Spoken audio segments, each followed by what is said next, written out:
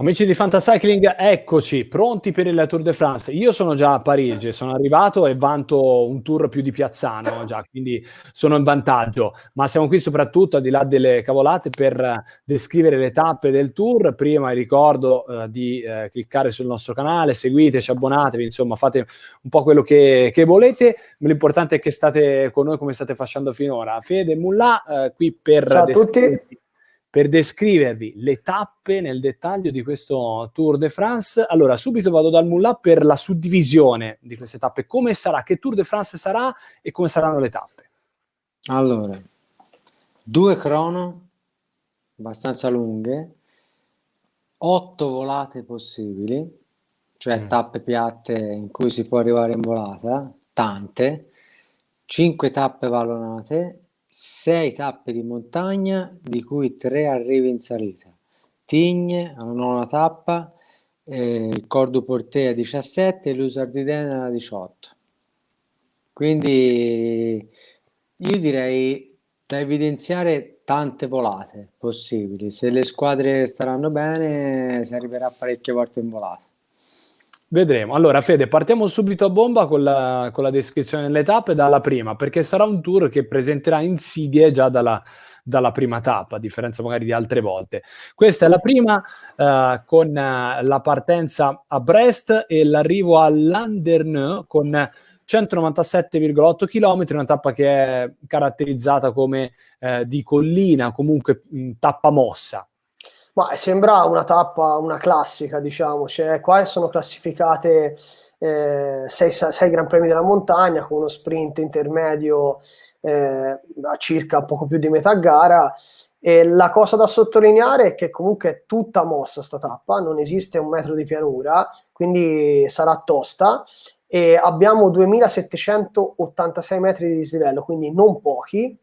E l'arrivo sono 3,2 km al 5,3%, però il primo chilometro e 200 metri è all'8,1%, quindi qua, essendo la prima tappa, io prevedo i Fantastici 3 che se la giocano. Non so il Mullà, però sì. Mullà, qui c'è la maglia gialla, in palio, ragazzi. Esatto, subito, nomi secchi per questa tappa. Subito, Van Aert, la Filippi, Van der Poel, i Fantastici 3.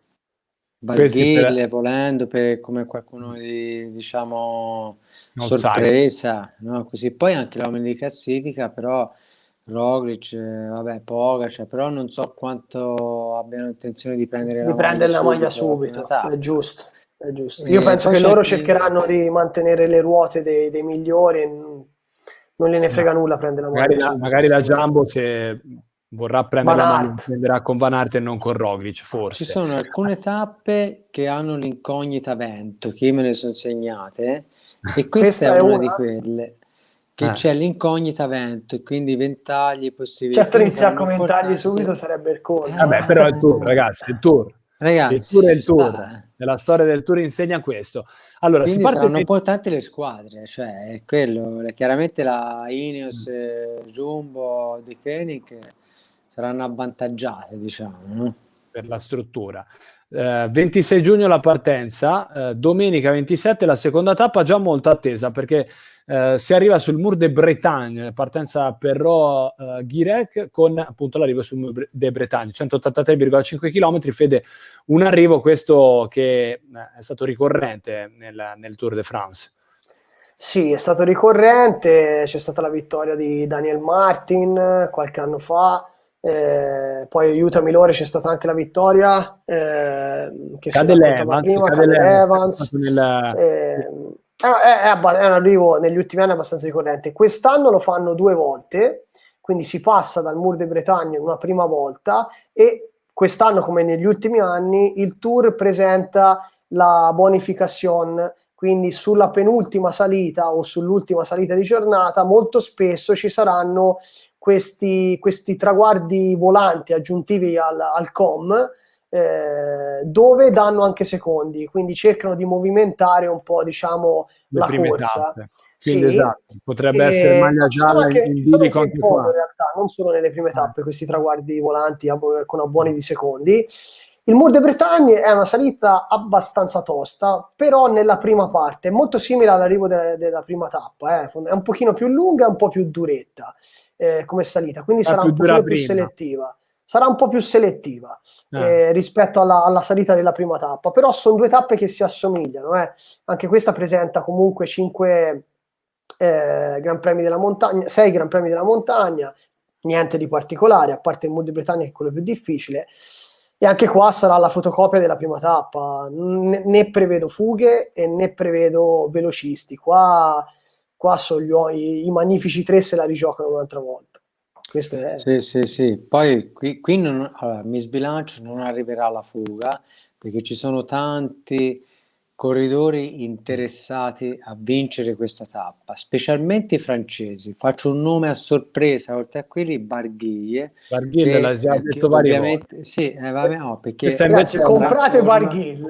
Esatto, no, se sarà in forma, no, nel senso, questo è il suo arrivo, perché ovviamente è di casa. Vedi, dalle immagini si nota che come gli ultimi 400-500 metri sono praticamente pianeggianti. La tappa del 2011 a cui ci riferivamo prima, con la vittoria di Cadel Evans, nonostante sul fotofinish esulti Contador, ma poi Cadel Evans va a vincere la tappa, e quindi è lui che vince. Questo era il Tour de France del 2011, con appunto il Mur de Bretagne, l'arrivo lì. Vedremo se sarà appunto così, oppure se Barguil farà la sorpresa, insomma. Vabbè, perché corre in casa, capito? E quindi ci tiene particolarmente e darà tutto in quella tappa lì. La terza tappa da Lorient a Pontivy, 182,9 km, tappa pianeggiante. Questa è la prima tappa per velocisti pura. Pianeggiante, diciamo, ma non troppo, insomma. Con qualche sì. Vabbè, ecco, la spiccata nel sito ufficiale del Tour de France come tappa pianeggiante. Questo. Sì. Volata. Questa è la prima volata certa del Tour. Presentano solo 2 Gran Premi della montagna. Di quarta categoria, quindi sono un po' più di cavalcavie. No, esatto. Niente di particolare, quindi qui si arriva in volata, ragazzi. Questa è la prima volata. Volatone, quindi possiamo passare alla tappa 4, Mulla, direi, giusto? Volatore. Uguale. La tappa 4 da Redon a Fougères, anche qui pianeggiante, tra l'altro corta, perché 150,4 km. Sì, tra l'altro c'è un appunto da fare. Comunque sono tutte tappe che vanno sopra i 1000 metri di dislivello, quindi comunque sono tutte tappe che poi alla lunga rimarranno sulle gambe dei corridori, non sono i piattoni. Però vediamo che è abbastanza... È la pianura francese, come si dice della pianura toscana, no? Che non c'è pianura in Toscana. Cosa c'è? C'è il vento. Bravo, l'avevo segnata come seconda tappa con l'incognita vento, e quindi secondo me... Cioè ci sono 3 tappe segnate con incognita vent'anni. Questa è la seconda. E la terza, quando ci si arriva alla terza di Hill. Almeno in 2 di queste, secondo me, succederanno.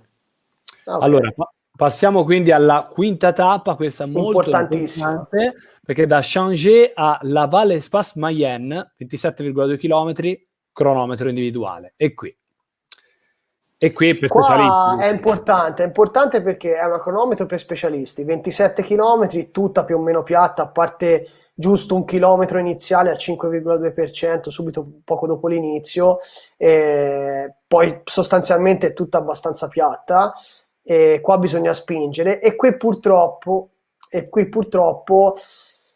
non essendoci tappe, Carapaz può fare qualcosa nelle prime 2 tappe secondo me rispetto a Thomas, e speriamo lo faccia, perché sennò qua le gerarchie in casa Ineos cambiano radicalmente. Perché te lo speri perché hai preso Carapaz e non Thomas? No, io prenderò tutti e due, però dei 2 io tifo per Carapaz. Preferisci Carapaz? Mulla, qui invece che nome fai? Qui ci sono 6 nomi, si gioca fra questi: Roglic, Pogačar, Thomas, Kung, Dennis e Van Aert.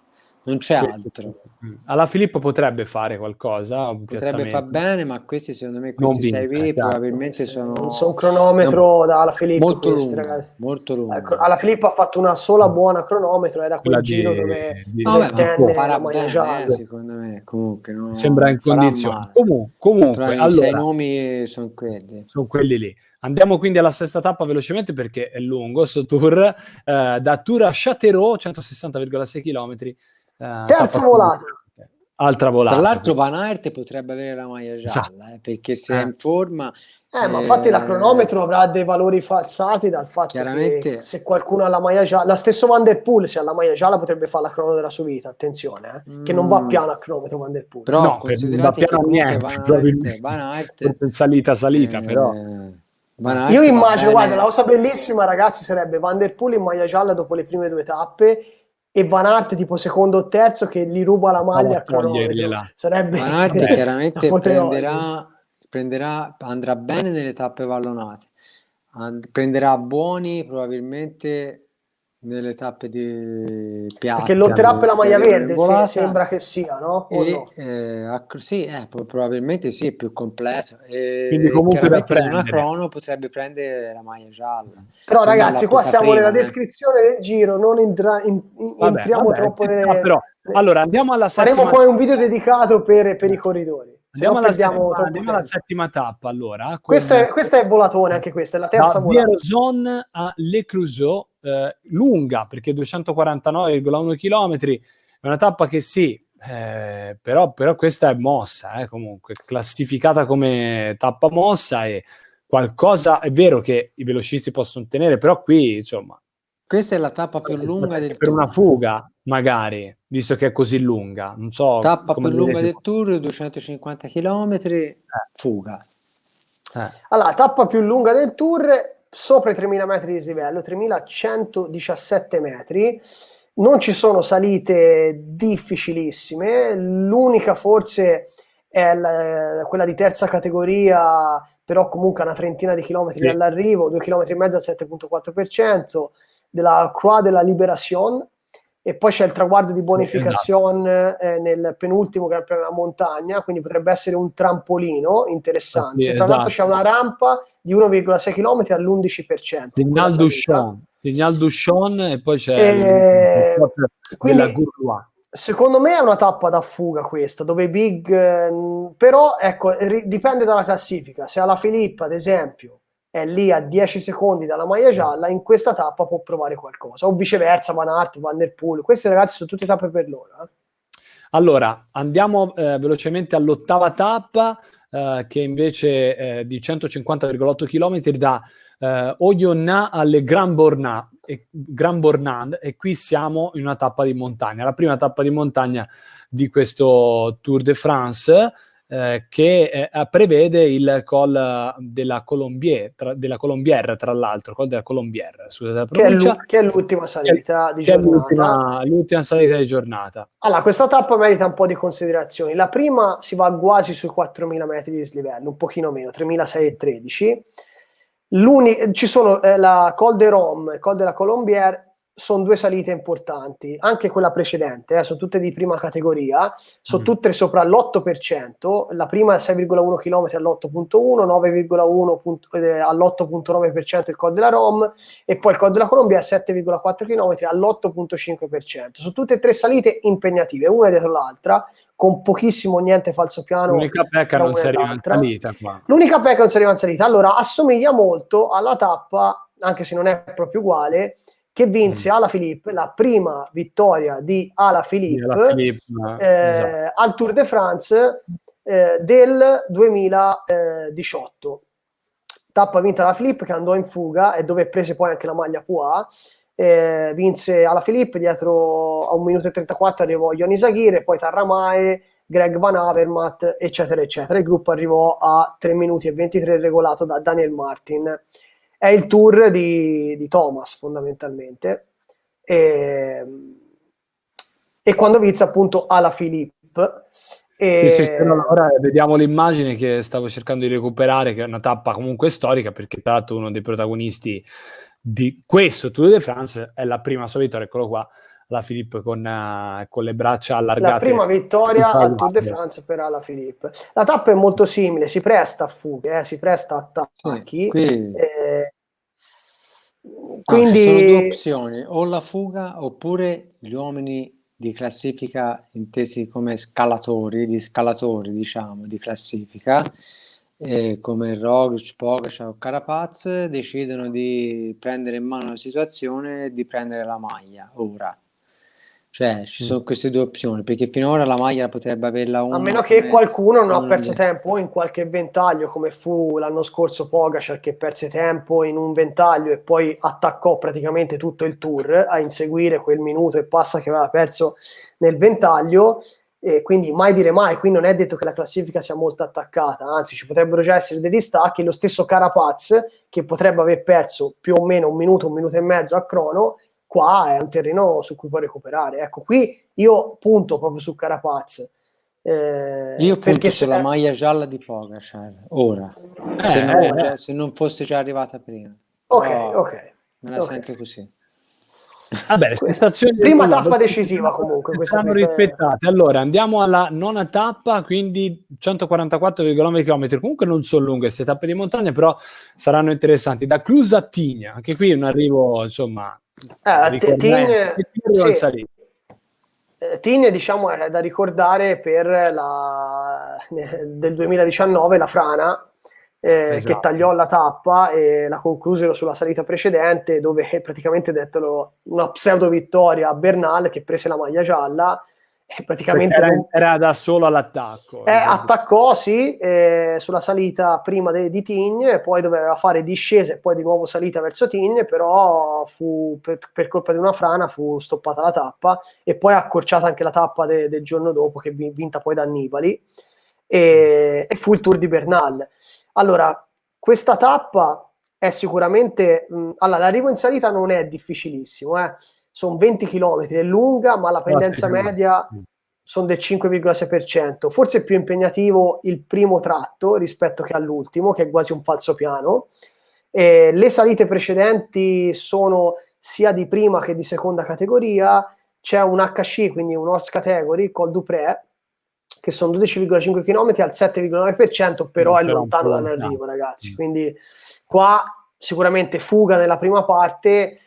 Io l'ultima salita, sono onesto, questo è un arrivo da gruppetto di 4, 5, 6 scalatori, cioè Pogacar, Roglic, arrivano tutti attaccati. Qui è difficile fare selezione sulla salita del genere. Come la vedi? Però, no, secondo me comunque sì, è vero, no? Sono d'accordo, però è un arrivo comunque prestigioso, tra virgolette, no? Quindi, quindi qualcuno vorrà fare secondo me non è detto che arrivi la fuga, ma che se la possono giocare gli uomini. Sì, importanti. Ma se non arriva la fuga, Mullah comunque se la giocano gli uomini, ma se la giocano nella volatina di gruppetto.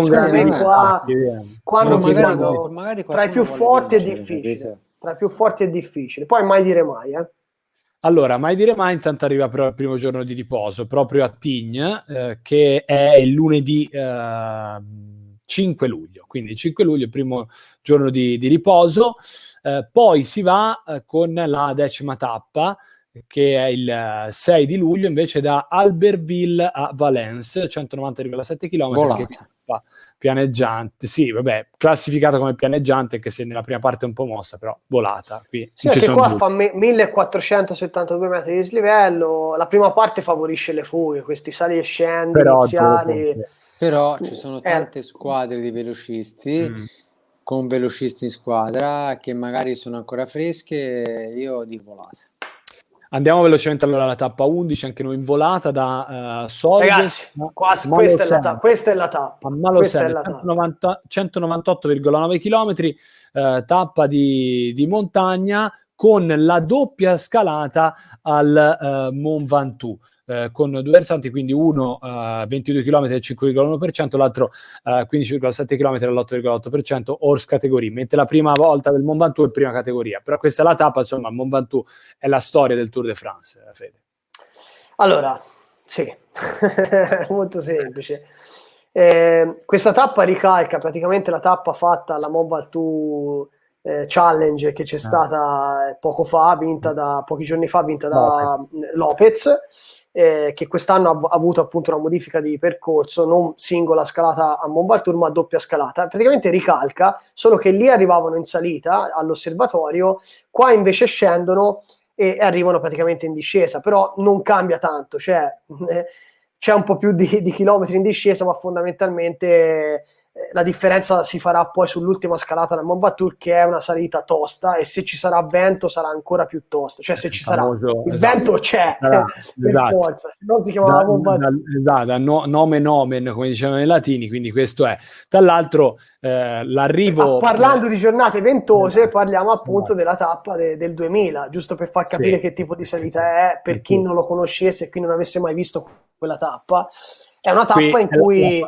Esatto, la famosa tappa con il duello quasi da Far West, diciamo così, tra Armstrong e Pantani, con Pantani che era davanti qui, anche se poi era andato in difficoltà, se non sbaglio prima, poi era ritornato lì Pantani. Allora, questa è la tappa del ritorno di Pantani alla vittoria. Dopo... che qui il duello tra i due, che poi si dice, si vocifera, insomma, che Armstrong abbia sempre affermato di aver fatto vincere Pantani, chiaramente poi invece Pantani dice di no, e siamo un po' più propensi per questa tesi, no? Nella conferenza stampa dopo Armstrong disse l'elefantino, l'ho lasciato vincere, Pantani disse il Robocop americano, quindi insomma si presero un po'. Qualche screzio. Questa tappa è il ritorno alla vittoria di Pantani dopo Madonna di Campiglio del 99. Qui andò in crisi nella prima parte della salita, che è tutta regolare, tutta dura, il Mont Ventoux, quindi una bella salita, e poi rientrò sul gruppo, scattò 4-5 volte con Auro Burbarelli, che fa una telecronaca eccezionale di quella tappa, e andate a rivederla magari su YouTube, e poi niente, poi vince Pantani. Però se notate bene non ci sono né striscioni, né ultimo chilometro, né ordine d'arrivo, niente, non c'è nemmeno striscione, perché c'era troppo vento per mettere le classiche insegne dell'arrivo. E lì quando c'è vento è dura, ma il Mont Ventoux, tra l'altro con l'arrivo non in salita, ci fa pensare a un'altra tappa, tra l'altro con un'altra vittoria italiana, che però non fu propriamente di uno scalatore, ma di quest'uomo qua, ovvero Eros Poli, che andò in fuga e nel 94 fece l'impresa della vita. Con la tappa che non prevedeva l'arrivo in salita, ma bensì poi sì, però con il passaggio del Mont Ventoux, bensì poi l'arrivo in pianura. Qui vediamo appunto lo Spoli con un passo ben diverso da quello di Pantani Armstrong, perché lui chiaramente tutto era meno che uno scalatore, però è passata alla storia proprio per la vittoria di una tappa che prevedeva una delle salite storiche invece del ciclismo mondiale, non soltanto del Tour de France. Qui lo vediamo salire Eros Poli, la tappa è quella del 94, e vediamo appunto velocemente poi qui l'ascesa al Ventoux, e poi tra l'altro qui Pantani cascò prima del Mont Ventoux. Mi senti, Lore? Sì, vai. Ecco, era appunto l'arrivo di Eros Poli. Pantani cascò prima del Mont Ventoux, rientrò in gruppo e diceva di non stare bene, poi scattò in salita e fece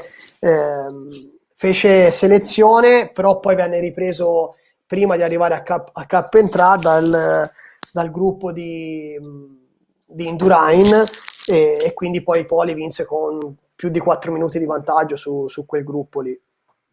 Vabbè, è la giornata di gloria di Poli. Andiamo alla 12ª tappa, l'8 di luglio da Saint-Paul-Trois-Châteaux a Nîmes, 159,4 km. Qui invece una tappa di pianura, se riusciamo a vedere anche questa, eccola qua, classificata come pianeggiante, anche se anche qui comunque vediamo, no, un po' di movimento c'è, però anche qui... Attenzione, tappa vento, no. È tappa del vento. Questa è tappa vento. Questa è quella del vento, davvero, quella con più probabilità. È dato una grande probabilità di ventagli nel finale di tappa. Quindi dove è molto mossa anche tra le altre cose. Nel è finale. Un po' mossa la tappa nel finale, quindi nel attenzione. Finale, grande possibilità di vento, ventagli e di stravolgimenti. Quindi attenzione a questa tappa, che sembra facile, ma non lo sarà. Ma non lo è. Quindi andiamo alla 13ª, invece, anche qui invece classificata come tappa pianeggiante, Nîmes-Carcassonne, 219,9 km. Questa invece un po' più lunga, qui invece dovrebbe essere più semplice, no? La lettura. Qui prevedo una volata, anche se qua iniziamo a essere un po' stanchini di gamba e quindi mai dire mai. Diciamo che questo finale, questi ultimi 50 km, molto sali e scendi, favoriscono un po' la fuga, diciamo. Però Allora, tecnicamente è volata. vi do una curiosità. Vai.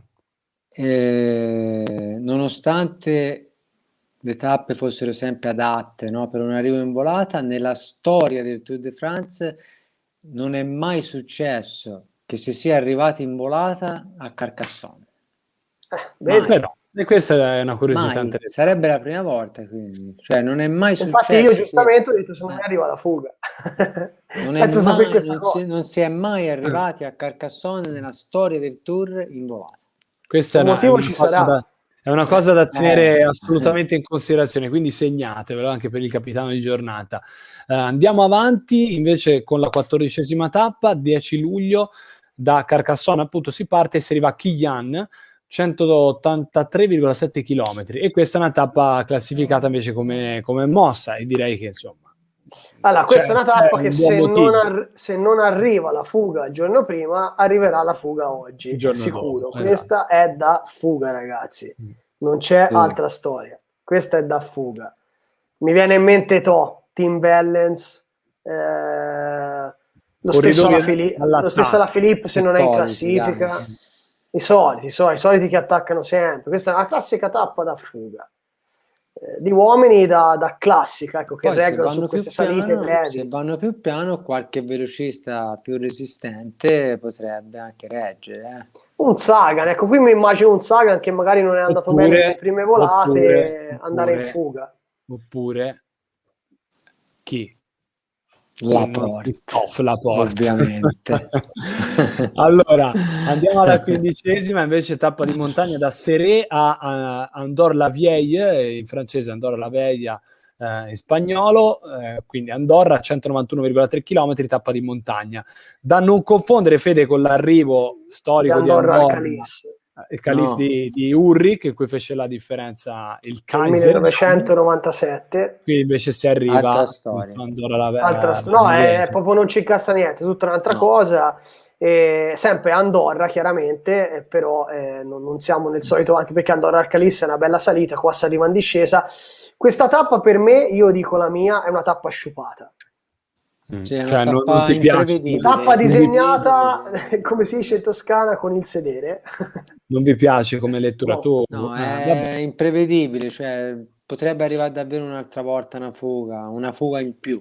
Cioè, questa tappa presenta tutte salite. Allora, la tappa è lunga, 191 km, però tutte salite, sì, non lunghissime. Allora, il dislivello c'è. Tra l'altro poi vi do un dato sul dislivello alla fine. Il dislivello è 4.581 metri, 4.581 metri. C'è il dislivello. Il problema è che sono tutte salite pedalabili. L'unica salita un pochino più insidiosa è l'ultima salita, Bec Salis, 6,6 km, non so se l'ho pronunciato bene, 6,6 km all'8%, dove c'è un traguardo bonification in cima al Com. Qua può succedere qualcosa, però io non lo so, sta tappa qui per me succederà, è quella tappa che dici manca qualcosa, ti rimane qualcosa di transizione, dai, probabilmente. Tra l'altro, sì, però è classificata come tappa di salita, capito? Una tappa di salita, credi che succeda. Qui secondo me è la classica tappa dove ti aspetti qualcosa e non succederà niente. Vedremo, magari ci sorprenderanno. Tra l'altro poi si fermeranno qui per il giorno di riposo, il secondo, il 12 luglio, quindi il bel giorno di riposo lo fanno a Andorra. Poi andiamo al 13 di luglio con la 16ª tappa, che parte da Pas de la Case, arriva a Saint-Gaudens, anche qui tappa mossa, 169 km. Ecco, allora, mi aggiungo alla descrizione della tappa precedente, questa è ancora peggio, cioè mi metti salite storiche, no? Come il Porté d'Aspet, che lo ricordiamo tutti, nel 95, la famosa purtroppo tragedia, no? in discesa di Casartelli. Quando c'è il Porté d'Aspet, io me lo ricordo sempre in tappe dove ci sono tante salite e dove o l'arrivo è dopo una salita o l'arrivo è in salita. È difficile mettere tappe Cioè, non lo so, mi sembrano sciupate queste siamo sui salite. Pirenei, lo diciamo, siamo sui Pirenei, chiaramente. Sì, Andorra, mi sembra sciupato Pochino, mettere i Pirenei, cioè una tappa l'ultima così. salita, Portet d'Aspet, che è l'ultima salita vera di giornata, perché poi quell'altra non è una salita, è un cavalcavia. L'ultima salita di giornata, Sì. praticamente me lo metti a Il quasi Col 40 km il dall'arrivo. Col d'Aspres Sarra, che è 800 Anche metri, qui, ragazzi, all'8,4% 800 metri. Per me sono Anche- disegnate male queste tappe, anche qui, ragazzi. ragazzi, non è che anche qui o arriva la fuga, oppure cioè, l'alternativa alla fuga è che qualcuno di classifica metta la squadra a tirare perché Provi. deve recuperare. Perché Ma dove recupera, Mullah? Dove recupera? fai corsa dura Ma e no, tenti. ragazzi, qui non succede Ragazzi, niente. Allora, le salite dipende, dai. pirenaiche sono corte e non sono le Alpi, ragazzi, i Pirenei, a parte qualche salita, ma non queste di questa tappa. Sì, però ragazzi, la corsa la fanno i corridori, Se Va bene, parti- ma qui non fai se c'è selezione. una squadra in Portet d'Aspet non fai difficoltà, selezione, Mullah, non fai selezione. Allora, la salita al Col de la Cor Beh, è Fede, però a questo è un po' 70 sapere, km cioè, nel senso, dall'arrivo. sicuramente è disegnata non in maniera tale, però vedremo, insomma, magari saranno la lettura che davi tu sui metri di dislivello qui può dipende farsi se nelle gambe del qualcuno corridore. avrà interesse 3252 in questa ribaltare tappa. la corsa oppure no. La mia idea era di questa tappa e di quella precedente Perché comunque fare una tappa più facile, lo so. fare una Siamo- tappa più facile e una tappa con un arrivo in salita un po' più Cioè, difficile.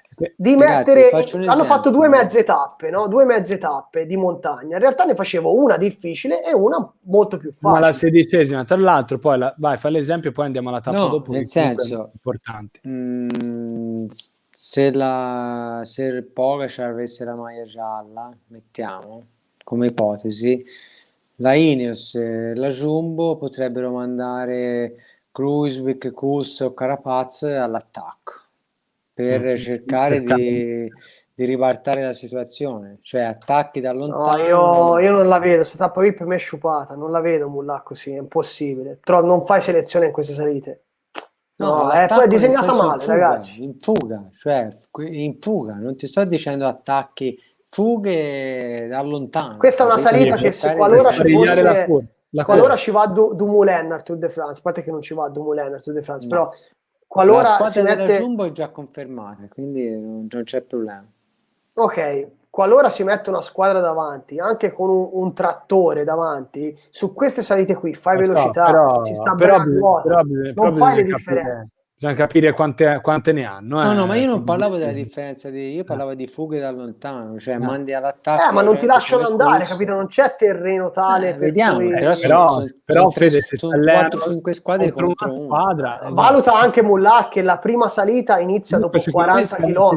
Comunque secondo me ci stiamo dilungando troppo su questa tappa, vedremo cosa succederà. Non abbiamo perché è una tappa disegnata male e quindi crea discussione. Andrei alla 17ª tappa, che è quella anche questa di montagna, con la partenza a Muret e all'arrivo a Saint-Léry-Soulan, Col du Portet, 178,4 km, e qui si arriva in salita. Quindi allora, si arriva sopra 2000, intanto è già tra l'altro or categorie 2002 già si cambia regime. Allora, qua si arriva il 14 luglio, festa francese, nazione francese, presa della Bastiglia, 14 luglio 1789, quindi secondo me qui un francese avrà voglia fuga di Barguil, insisto, stasera ce l'ho in testa, ragazzi. Anche allora, se male finora. la tappa più un francese vorrà fare qualcosa per forza, dai. La tappa sono 4.367 metri di dislivello. Cos'è importante di questa tappa? È importante per una cosa brutta che è successa al Tour de France qualche anno fa, una cosa orrenda. Lore farla pure vedere, perché non si è mai visto una partenza stile Formula 1 nel ciclismo, e questa tappa qui praticamente ripercorre esattamente quella tappa storica non perché fu storica, perché poi vinse, tra le altre cose, partenza inguardabile, e vinse Nairo Quintana, che non so cos'è meglio. Ma che partenza è? Io non so se era meglio la vittoria di Nairo Quintana o la partenza così. Comunque, sarà peggio. Ma poi che griglia è? Non volevo dire peggio, era un meglio ironico. Che griglia è poi? Vabbè. Comunque, quella tappa lì era lunga poco più di 70 km e praticamente presentava tutte e tre le salite, cioè si partiva e si saliva subito sul Peresud, poi Val-Luron e poi Salla-Risulon, Col de Portet, che comunque si sale un pochino più su di Salla-Risulon. E in questa tappa chiaramente ci sono 111 km di pianura prima delle tre salite, quindi rende comunque un po' più dura tappa. Si sale, ma non, e questo è un giudizio che do su questo tour adesso, non si sale anche qua mai sopra i 5.000 metri. Al Giro d'Italia ci sono diverse tappe che vanno sopra i 5.000 metri e diverse salite sopra i 2.000 metri di altezza e 5.000 metri di dislivello. Sì, dislivello. Non si va mai su, è chiaro che a luglio è più caldo, quindi ci sono altre condizioni atmosferiche rispetto al Giro, però quest'anno il Tour non fa mai più di 5.000 metri in una tappa di dislivello. Questo è un dato che forse è un Tour che a livello di salite è un po' più facile. Quando metti 60 km più o meno di cronometro, l'impostazione l'hai data, no? È abbastanza bravo, e infatti mi hai rubato le parole. È un Tour secondo me un po' meno per scalatori già dal dislivello e anche per i chilometri a cronometro, quindi hanno dato un'impostazione ben precisa a questo Tour de France. Anche perché la tappa successiva, che è classificata come di montagna con la partenza da Pau e l'arrivo all'Usardiden, è di 129,7 km, quindi corta, però è una tappa che può dire qualcosa. Tra l'altro l'Usardiden evoca ricordi, no? Nella storia del Tour de France, così come la partenza di Pau, che o è partenza o arrivo molto spesso. Lo stesso Col du Tourmalet, c'è il Tourmalet, esatto, c'è il Tourmalet. Il Tourmalet affrontato 83 volte, e questa sarà la 84esima volta che verrà affrontato il Tourmalet dal Tour de France. Una delle salite storiche, praticamente, se non c'è tutti gli anni poco ci manca. Infatti. Poco ci manca. E l'Usardiden la ricordiamo tutti. Allora, questa è la tappa secondo me più difficile da interpretare, perché puoi fare selezione sia sul Tourmalet e sia sull'Usardiden, cioè sono due salite. La seconda più corta ma un pochino più insidiosa anche per i tifosi, che poi lo capiremo a breve. E la prima salita al Col du Tourmalet è la salita storica del Tour, che è dura e lunga. Qualcuno, se vorrà ribaltare le cose, potrà farlo. L'unica cosa è che qui non si va tanto in dislivello, qua si fa 3.548 di dislivello, non c'è tanto dislivello qui, attenzione. Qui però qualcuno queste sono la tappa 17 e 18, sono le ultime occasioni per gli scalatori di fare qualcosa prima della crono finale, quindi o ora o mai più. Sempre se saranno liberi, se saranno ancora in corsa o se saranno liberi da ordini di scuderia, diciamo così, perché un Carapaz me lo immagino all'attacco se Thomas è indietro. Questo è l'episodio. Questo ricordiamo la tappa famosa del 2003 dove Armstrong comunque poi vinse, anche se poi vabbè gli è stata tolta, su Maio, Ulrich, Zubeldia, Moreau e Basso e Tyler Hamilton, che poi concluse quel tour al quarto posto con una clavicola rotta. E questa tappa qui fu storica perché comunque Armstrong rimase un po' quello che è successo a Nibali. Cappellino e vedi come poi si dice vedi la fortuna degli atleti. Nibali ha fatto la solita cosa sull'Alpe d'Huez, si è fratturato una vertebra, Armstrong si risalì e andò a vincere la tappa. Risalì in sella e andò a vincere la tappa. E qui fu bello perché qui si vide la sportività di Ulrich, che l'unico che non cascò di quei tre, perché cascò anche Johan Maio, nel gruppo davanti, fermò tutti. La situazione poteva fare diversamente. Sì, chiaramente, io avrei fatto diversamente. Lui invece aspettò tutti, aspettò che rientrasse Armstrong e poi Armstrong gli scattò in faccia e andò a vincere. Quella insomma fu... Si impari a fare... Ulrich, lo diciamo che sarà tra le caricature storiche da scegliere nella nostra applicazione. Diamo questa anticipazione per il Tour de France. Ce ne saranno tanti altri molto belli da prendere, quindi collezionateli tutti perché saranno veramente sfiziose le caricature, così come sono state per il Giro d'Italia. Ci saranno anche delle caricature belle per il Tour. 19esima tappa catalogata come pianeggiante, 207 km da Muren a Libourne. Quindi qui non ci dovrebbero essere dubbi. Una definizione, posso dare una definizione? Vai, dalla. volata per sopravvissuti in lotta per la maglia verde. Io invece do un'altra definizione, perché a me non piace, l'ultima settimana deve essere dura in un grande giro, e queste tappe qui le voglio vedere come i vecchi Tour de France, dalla prima settimana mi sta bene, vedere il penultimo giorno, prima della cronometro e prima di Parigi, una tappa del genere mi fa incazzare. Io qui volevo una tappa di salita. La 19ª tappa deve essere una tappa di salita nei grandi giri. Anche perché siamo alla terzultima, però al 16 siamo su luglio. un'altra impostazione. Infatti, questa impostazione a me fa un po' cagare. La gara che deciderà il Tour sarà la prossima. La 20ª tappa, 30 17 chilometri a luglio, crono, Livorno, Saint-Émilion, 30,8 km di cronometro individuale. Qui direi la resa dei conti. Magari sarà la rivincita di Roglic contro Pogacar. Se si mette il casco a modo, per bene, magari. No, assolutamente. La scuote la testa, vabbè, io gli volevo dare una chance, vediamo cosa Questa succede. non possiamo fare pronostici qua, è impossibile, perché può succedere di tutto, ragazzi. Qui è inutile dire Roglic, Pogacar, magari quella forata ha perso 10 minuti, non lo puoi sapere. Diciamo se non è cascato un meteorite in gruppo, Pogacar qui gli dà la botta finale e vince il secondo tour consecutivo. Voglio sbilanciare proprio così in questo momento. Io non sono sicuro, ragazzi. Vince 2 Tour de France di fila è difficilissimo. Deve andarti tutto bene. E lui è anche tanto giovane, quindi è difficile. Vabbè, vediamo. Comunque questa sarà la tappa di fatto decisiva. Ma non che non sia forte, è il fattore C, capito? Chiunque sia protagonista, questa è la tappa decisiva. Decide così. E poi c'è chiaramente la passerella finale, la 21ª tappa, si chiude il 17 di luglio, anzi il 18 di luglio da Chatou, appunto. Qui dico al 99,9% volata. Quindi al 100%. No, dai, 100%.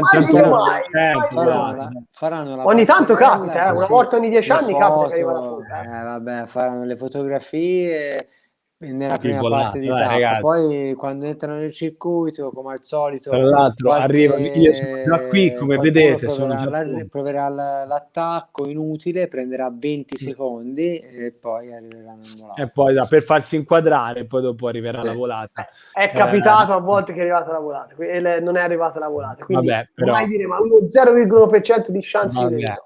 Vabbè, allora, quindi io, come vedete, sono già arrivato a Parigi, sono qui, aspetto l'arrivo del Tour de France. Abbiamo analizzato tutte le tappe, anche con qualche cenno storico. Direi che abbiamo detto tutto, no? Fede, Mulà. Cosa ti pare, Mulà, di questo? Te pensi che questo Tour sia più per passisti scalatori e non per scalatori, giusto? Sì. È in linea col ciclismo attuale, in cui si punta tutto sulle cronometro e ci si difende in salita. È in linea con quello che si è visto in quest'annata di ciclismo, no? Diciamo, i corridori che vanno meglio sono quelli che a cronometro vanno forte e che si difendono in salita. Non mi piace. Allora, non siamo ai livelli del Tour de France degli anni 90, primi anni 90, dove c'era 50-60 km di cronometro a botta e ne facevano 2, però magari Tour di Indurain.